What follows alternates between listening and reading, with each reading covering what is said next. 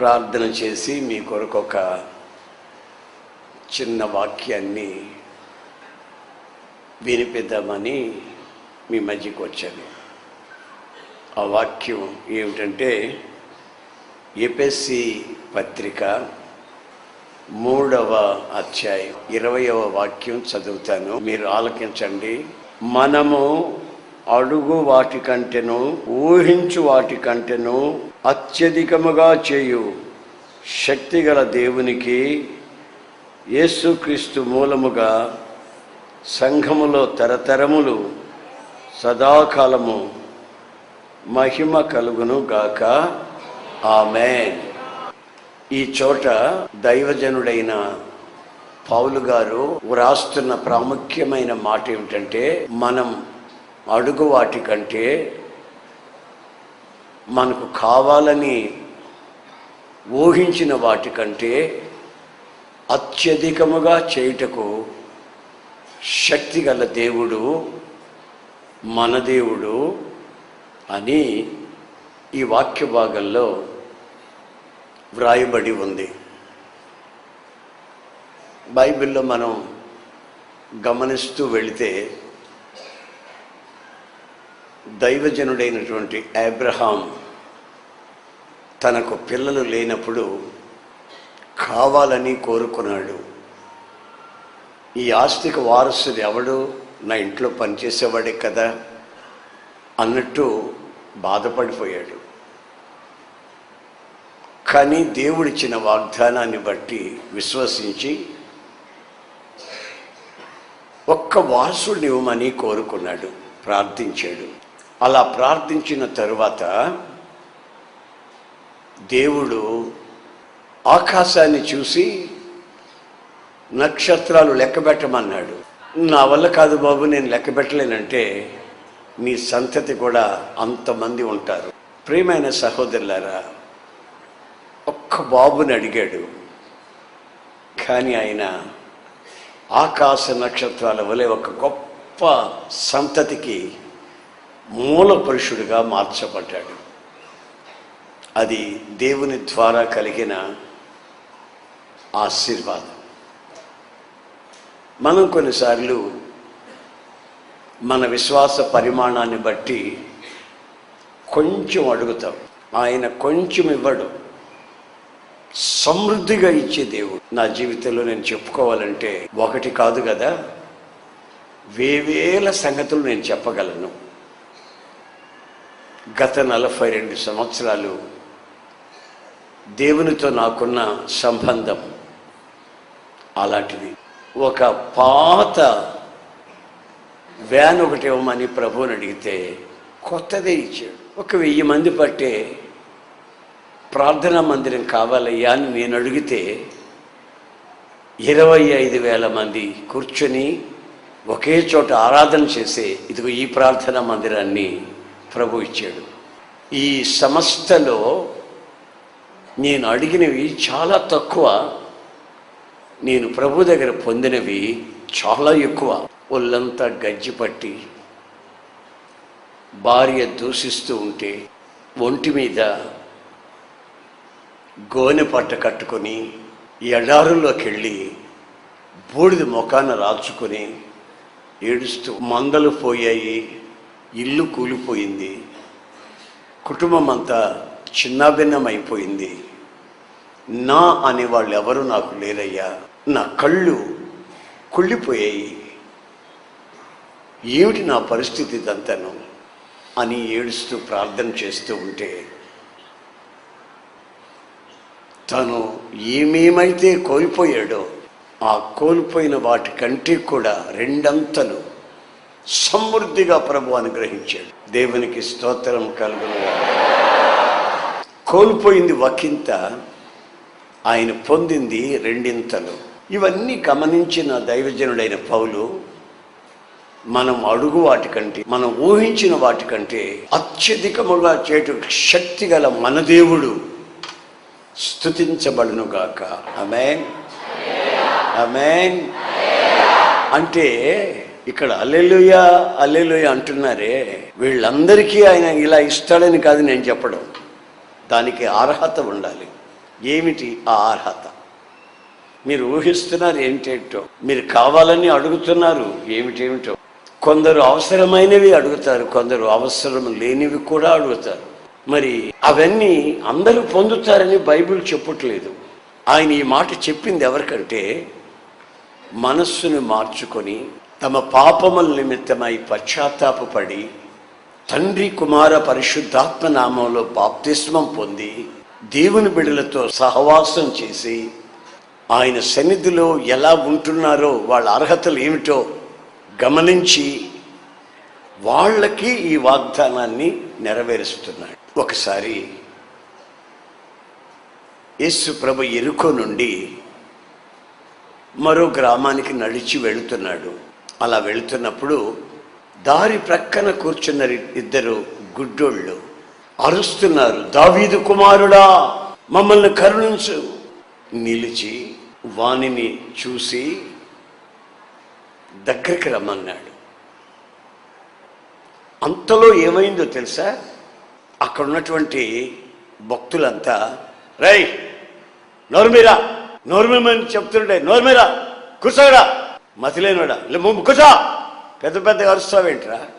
అప్పుడు ఆ ఇద్దరు గుడ్డోళ్ళు ఏం చేశారో తెలుసా? బైబిల్లో రాసిందండి, మత్తయి సువార్త 20వ అధ్యాయం 31వ వాక్యంలో వాళ్ళు మరింత కేకలు వేశారు అని ఉంది. ఆ మెస్సయ్య వెళ్ళేటప్పుడు మేము మౌనముగా ఉండం, ఆయన పిలుస్తాం, కేకలు వేస్తాం, మీరెవర్రా మమ్మల్ని నోరుమనే దానికి అన్నట్టుగా అత్యధికముగా కేకలు వేసి అరుస్తున్నారు. అప్పుడు యేసు ప్రభు నిలిచి అతన్ని చూసి వాళ్ళిద్దరిని ముట్టి వాళ్ళకి కళ్ళు తెరిపించాడు. ఆమేన్, ప్రైజ్ ది లార్డ్, హల్లెలూయా. వాళ్ళకి కళ్ళు బాగైపోయాయి. బాగైన తరువాత ఇదిగో కనబడుతున్నాయా ఎన్నేళ్ళు అని వాళ్ళని అడగల, ఎన్నేళ్ళు అని అడగల, ఇప్పుడు ఎన్నేళ్ళు అని వాళ్ళని అడగల. కారణం ఏంటంటే వాళ్ళు కాస్త చూపు వస్తే అడుక్కు తినేదానికైనా పనికొస్తా అన్నట్టుగా వాళ్ళు అరిస్తే వాళ్ళకి పరిపూర్ణమైన చూపు దయచేశాడు. దేవునికి స్తోత్రం, హల్లెలూయా. ఆయన ముట్టడం ఏమిటి, సగం చూపు రావడం ఏంటి, ఆయన ముట్టడం ఏమిటి, కళ్ళు వచ్చేయా లేవా అని అడగడం ఏమిటి, పరిపూర్ణమైనటువంటి చూపు. ఎందుకు వచ్చిందయ్యా వాళ్ళిద్దరికి అంత తేటగా చూపు అంటే? వాళ్ళు అరిసిన అరుపులు అంటే ప్రార్థన అని అర్థం. ఆమేన్. విజయవాడలో ఒక రోజున ఒక హాల్, పెద్ద హాల్ తీసుకొని ఆ రోజున ఇలాగే ప్రార్థన పెట్టారు. వచ్చారు, ఒక 1000 మంది వచ్చి ఉంటారు. అందరూ నోళ్ళు తెరిచి పరవశం చెందుతూ నేను చెప్తున్న ప్రతి విషయానికి ప్రార్థనలు చేస్తున్నారు. అంతలో ఒక అతను వచ్చాడు. ఆయన థియాలజీ చదివాడు, ఫిలాసఫీ చదివాడు, కాస్త పలుకుబడి ఉన్న వ్యక్తే. వచ్చి ఎవరికి ప్రార్థన జరిపించేది అన్నాడు. అయ్యా నేనేనయ్యా అంటే అన్నాడు. నా పేరు యేసనండి, నేనేనండి. మన దేవుడికి చెవుడా అని అడిగాడు. చెవుడు లేదండి, ప్రార్థన ఆలకిస్తాడు. మరి చెవుడు లేకపోతే ఇట్లా అరిపిస్తున్నామేంటి వాళ్ళని? గొంతు కోసిన మేకల్లాగా అరుస్తున్నారు వీళ్ళంతాను, ఇది కూడా ఒక ప్రార్థన అన్నాడు. నాకు చాలా దుఃఖం అనిపించింది. హెబ్రీ పత్రికలో నేను చదివినప్పుడు అక్కడ ఏముందో తెలుసా?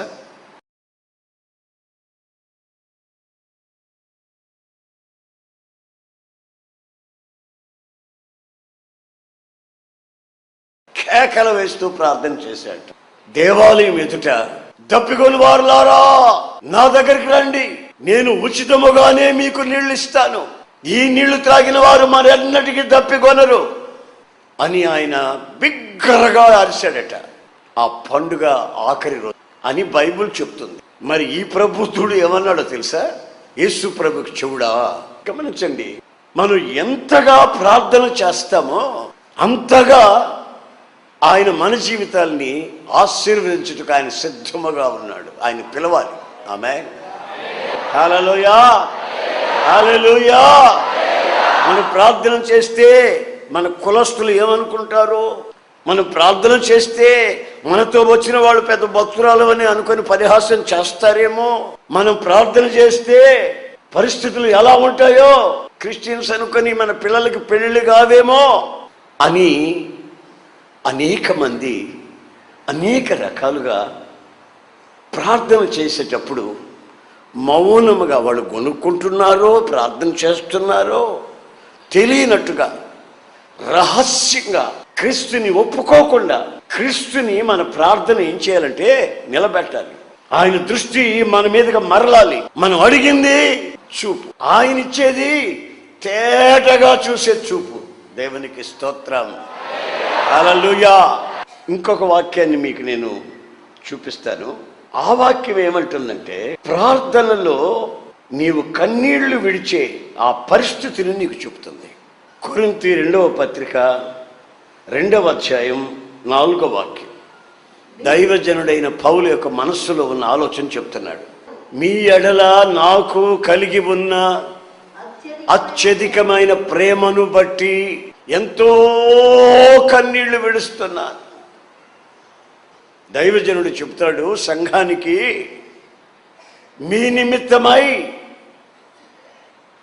నేను నడవలేని స్థితి వచ్చినా, లేవలేని స్థితి వచ్చినా, నిందలే వచ్చినా, అవమానాలే వచ్చినా, మీ కొరకు నేను కన్నీళ్లు విడుస్తున్నాను.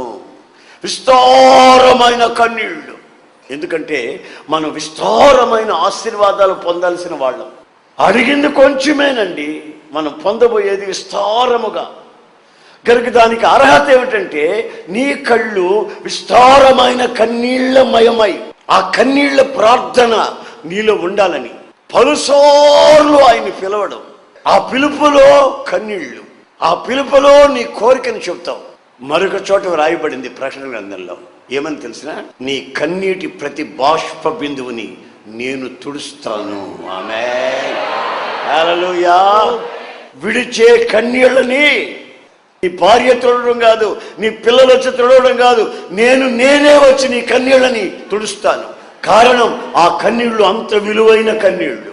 2 రోజులు 3 రోజులు భర్త మాట్లాడకపోతే అదొక ఏడుపు, భార్య పట్టించుకోకపోతే 2-3 రోజులు అదొక ఏడుపు, ఎవరైనా ఏమన్నా అన్నారనుకో అప్పుడు అదొక ఏడుపు. రకరకాల ఏడుపులండి. ఒక అబ్బాయిని నేను, ఒరే చల్లటి నీళ్లు తాగాలి, అక్కడ బడి దగ్గరికి వెళ్ళి ఐస్ అమ్ముతున్నారు, అవి తీసుకురారా, నీళ్ళలో వేసుకొని తాగుదాం ఇద్దరిని అన్నాను. ఆడు వెళ్ళాడు, గ్లాస్ తీసుకుని, పెద్ద గ్లాస్ తీసుకెళ్ళాడు. 2 రూపాయలకి కొన్నాడు. అప్పుడు 10 పైసలు ఐసు కొన్నాడు. వాడు ఎంతకీ రాకపోతే నేను మేడ మీద నుంచి కిందకు చూశా, ఏంట్రా వాడు రాలేదే, చాలాసేపు అయింది వెళ్ళని. వాడు అక్కడ కూర్చొని ఏం చేస్తున్నాడు తెలుసా, ఒక్కొక్క ఐస్ తీసుకొచ్చు నోట్లో పెట్టుకోవటం, 2 లాగులు లాగటం, దాంట్లో పెట్టడం, ఒక్కొక్క ఐస్ తీసుకొని 2 లాగడం పెట్టడం. నేను కళ్ళతో చూశా. ఇక పైకి వచ్చి, అయ్యగారు తెచ్చాను అన్నాడు. ఒరే ఇంత ఆలస్యమైంది ఏమిటిరా అన్న. ఏడ్చేసాడు. అయ్యా నేను తినలేదయ్యా, అయ్యా నేను తినలేదయ్యా. వాడు చెప్పేటప్పుడే నోరు ఎర్రగా ఉంది. వాడు తినలేదన్నా వాడు నోరు చెప్తుంది ఇటు తిన్నాడు అని. రై అన్నానండి. ఇక అంతే, కింద పడి దొర్లాడుతున్నాడు, ఏడుస్తున్నాడు, గోలైపోయింది. ఇంకో పాస్టర్ గారు కూడా నాతో ఉన్నాడు అక్కడ. ఆయన అన్నాడు, ఎస్ఎన్ గారు ఏంటి అంత దెబ్బ కొట్టేవాడు నన్ను. నేను ఎప్పుడు కొట్టానండి అని. నేను కొట్టలేదండి. మరి ఎందుకు అట్లా ఆడుస్తున్నాడు అది అడగండి. ఏమరా ఎందుకు ఆడుస్తున్నావురా, ఆడిస్తున్నానా, అన్నకి దొరికిపోయా అందుకని ఆడుస్తాడు. వాడు చేసిన పాడు పనికి కాదు వాడు ఏడ్చింది, దొరికినందుకు ఆడుస్తున్నాడంట, నేను అడిగినందుకు ఆడుస్తున్నాడంట. ఒకసారి మీరు ఆలోచించండి. ప్రార్థనలో మీరు విడిచే కన్నీళ్ళకి ఉన్న ఆ వాల్యూ, విలువ ఏమిటో అర్థం చేసుకోండి.